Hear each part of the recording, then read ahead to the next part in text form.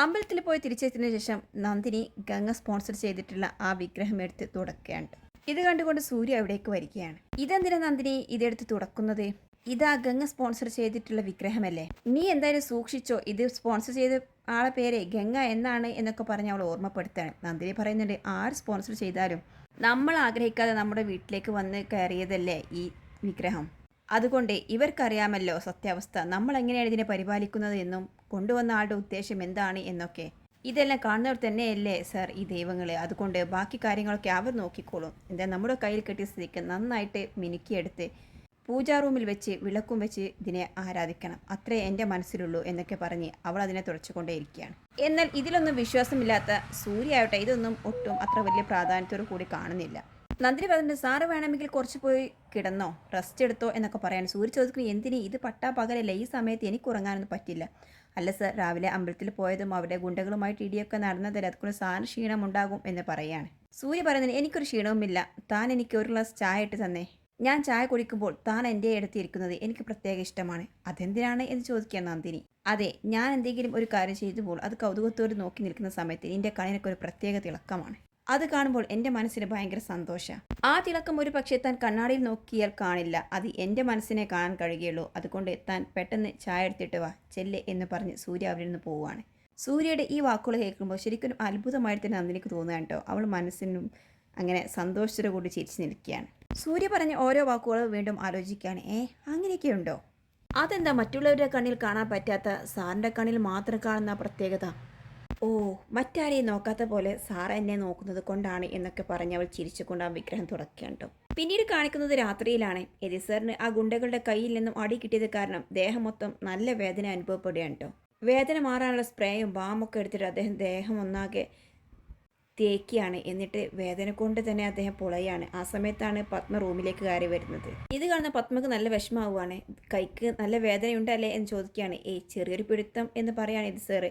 ഡോക്ടറുടെ അടുത്ത് പോകാമെന്ന് ഞാൻ പറഞ്ഞതല്ലേ, എന്നിട്ട് നിങ്ങൾ കേട്ടില്ലല്ലോ, വാ എഴുന്നേൽക്ക്, നമുക്ക് ഡോക്ടറുടെ അടുത്ത് പോകാം എന്ന് പറയാൻ കേട്ടോ. ഡോക്ടർ നോക്കിയിട്ട് കുഴപ്പമൊന്നുമില്ല എന്ന് പറഞ്ഞാൽ മനസ്സിന് റിലീഫ് ആകുമല്ലോ. എതി സാർ പറഞ്ഞു, താൻ ഇതൊരു പ്രശ്നമാക്കേണ്ട പത്മ, നമുക്ക് നോക്കാം എന്ന് പറഞ്ഞ് ബാം പുരട്ടിക്കൊണ്ടേയിരിക്കുകയാണ്.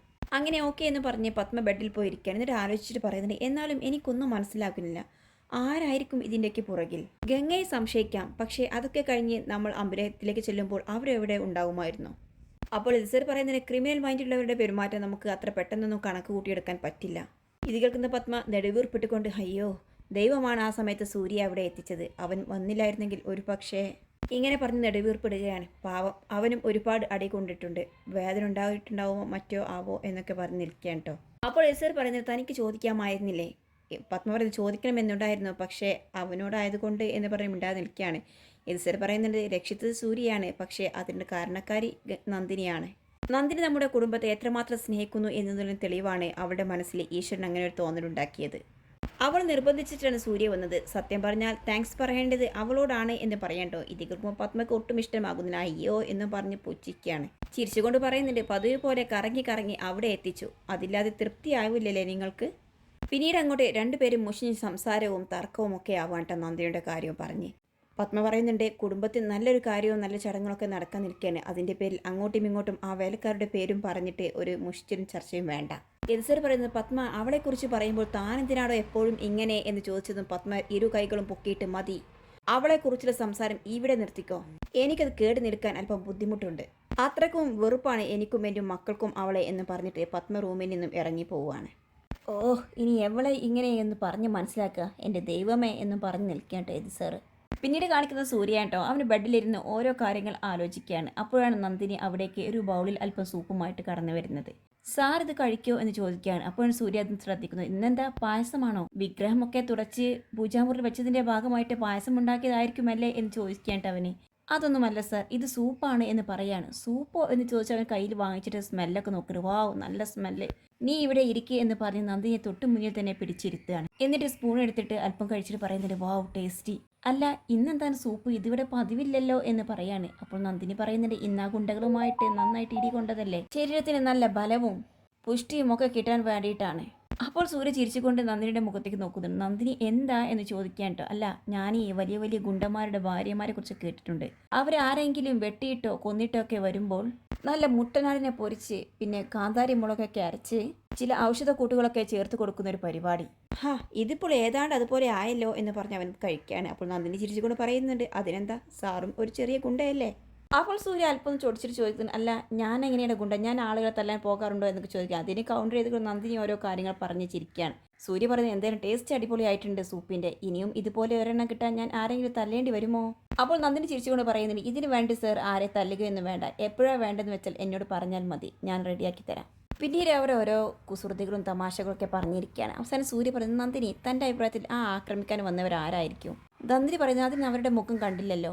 സൂര്യ പറയുന്നത്, എന്നാലും ഒരു കാൽക്കുലേഷൻ ഉണ്ടാകുമല്ലോ, നമുക്കങ്ങനെ പൊതുശത്രുക്കൾ ആരുമില്ല, നമ്മൾ പല സ്ഥലങ്ങളിലും പോകുന്നു, അപ്പോഴൊക്കെ നമ്മൾ തനിച്ചു പോകുന്നുണ്ട്, ഒന്നിച്ചു പോകുന്നുണ്ട്, അന്നൊന്നുമില്ലാത്തൊരു ആക്രമണം ഇന്ന് എന്ന് പറഞ്ഞവൻ ആലോചിക്കുകയാണ്. അപ്പോൾ നന്ദിനി ചോദിക്കുന്നത്, സാറിന് ആരെ സംശയം. സൂര്യ പറയുന്നത്, നോ ഡൗട്ട് ഗംഗ. ഇവിടെ നിന്നും അമ്മയുടെ തറവാർ ക്ഷേത്രത്തിലേക്ക് പോകുന്നു എന്നറിയുന്നത് ഒരേ ഒരാൾക്കാണ്, അത് ഗംഗയ്ക്ക്. അപ്പോൾ നമ്മൾ വഴിയൊരു ആക്രമണം ഉണ്ടായാൽ ആരെയും സംശയിക്കേണ്ടത്. അതുമാത്രവുമല്ല, നമ്മൾ ക്ഷേത്രത്തിലെത്തിയപ്പോൾ കൃത്യമായിട്ട് അവർ അവിടെ ഉണ്ടായിരുന്നു.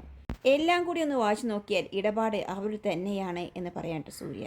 അപ്പോൾ നന്ദിനി പറയുന്നത്, ശരിക്കും സർ അവർ തന്നെയാണോ എന്ന് ചോദിക്കുകയാണ്. സൂര്യ പറയുന്നത്, അതേ നന്ദിനി, അവരെ വിശ്വസിക്കാൻ പറ്റില്ല എന്ന് അവരുടെ കണ്ണുകളിൽ എഴുതി വെച്ചിട്ടുണ്ട് എന്ന് പറയാൻ. അപ്പോൾ നന്ദിനി കലാക്കിക്കൊണ്ട് പറയുന്നുണ്ട്, അത് പിന്നെ രഞ്ജിത്ത് സാറിനെ വിശ്വസിക്കാൻ പറ്റില്ല എന്നും സാറ് പറയുന്നുണ്ടല്ലോ എന്ന് പറയാണ്. സൂര്യ പറയുന്നത്, നന്ദിനി, എൻ്റെ കണക്ക് കൂട്ടലൊന്നും ഇതുവരെ തെറ്റിയിട്ടില്ല. നന്ദിനി പറയുന്നത്, എന്നാലും ദൈവം കാത്തല്ലോ സർ എന്ന് പറയാണ്. സൂര്യ പറയുന്നത്, ദൈവമല്ല, താനാണ് അവരെ രക്ഷിച്ചത്, താനെന്നെ നിർബന്ധിച്ച് അവിടേക്ക് കൊണ്ടുപോയിട്ടില്ലായിരുന്നെങ്കിൽ എന്തായിരിക്കും സംഭവിക്കുക എന്നൊക്കെ പറയാണ്.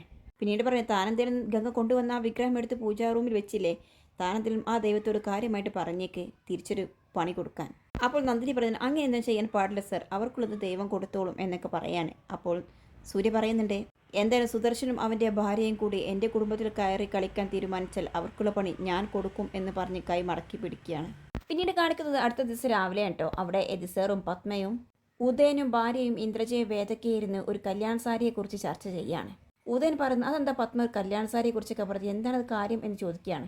പത്മ പറയുന്നതിന് മുമ്പൊക്കെ ഈ സമ്പന്ന വീടുകളിലെ വിവാഹത്തിന് വേണ്ടിയിട്ട് അവരൊരു സാരി ഉണ്ടാക്കുന്നു, അത് പ്രത്യേകമായിട്ട് ഡിസൈൻ ചെയ്തതായിരിക്കണം, ലോകത്ത് മറ്റാർക്കും ആ ഡിസൈൻ ഉണ്ടാകാൻ പാടില്ല, അങ്ങനെയാണ് അതിൻ്റെ കിടപ്പ് എന്നൊക്കെ പറയണം. ഓഹോ അങ്ങനെയാണോ, ഞാൻ വിചാരിച്ചു വലിയ നഗരത്തിൽ മാത്രമേ ഇത്തരം കാര്യങ്ങളൊക്കെ ഉള്ളൂ എന്നാണ് എന്ന് പറയേണ്ടത്. എദിസർ പറയുന്നത്, ഇപ്പോൾ നഗരവും ഗ്രാമവും എന്നുള്ള വ്യത്യാസമൊന്നുമില്ലല്ലോ, എല്ലായിടത്തും എല്ലാ ബ്രാഞ്ചും ഒപ്പമല്ലേ ലോഞ്ച് ചെയ്യുന്നത് എന്നൊക്കെ പറയാണ്.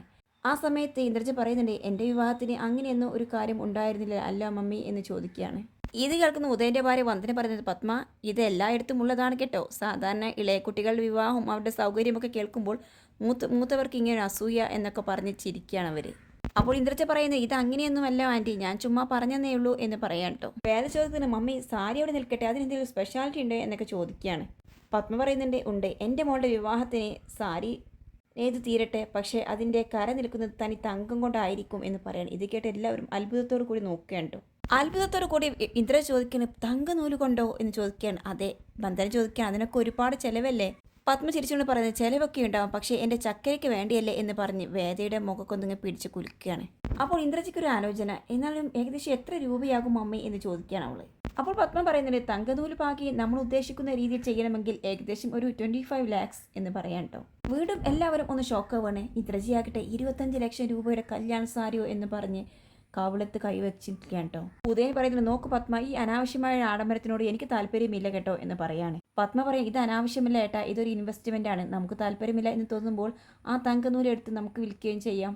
ഇതെല്ലാം കേട്ട് വേദ പത്മയെ കെട്ടിപ്പിടിച്ചിട്ട് പറയുന്നത്, മമ്മി താങ്ക് യു എന്ന് പറഞ്ഞ് ചിരിക്കുകയാണ്. അപ്പോഴാണ് രഞ്ജിത്ത് മുകളിൽ നിന്നും ധൃതിയിൽ ഓടിക്കൊണ്ട് താഴേക്ക് ഇറങ്ങി വരുന്നത്. ഡാഡി എന്ന് വിളിക്കുകയാണ്. എന്താ മോനെ നീ എവിടേക്കാണ് പോകുന്നത് എന്ന് ചോദിക്കുകയാണ് കേട്ടോ. രഞ്ജിത്ത് പറയുന്നുണ്ട്, ഡാഡി എനിക്കിവിടെ അകത്തിരുന്ന് വല്ലാതെ ബോറടിച്ചു, ഞാനൊന്ന് പുറത്തൊക്കെ ഒന്ന് കറങ്ങിയാലോ എന്ന് വിചാരിക്കുകയാണ്. പുറത്ത് പോയി തിരിച്ചു വരുമ്പോൾ അപ്പോഴേക്ക് സൂര്യൻ നന്ദിനി താഴേക്ക് ഇറങ്ങി വരികയാണ് കേട്ടോ. പത്മ ചോദിക്കുന്നു, നീ തനിച്ചോ, നിനക്കിവിടെ ട്രാഫിക്കും കാര്യങ്ങളൊക്കെ അറിയോ, അതൊക്കെ ഭയങ്കര ഹൊറിബിൾ ആണ് എന്നൊക്കെ പറയുകയാണ്.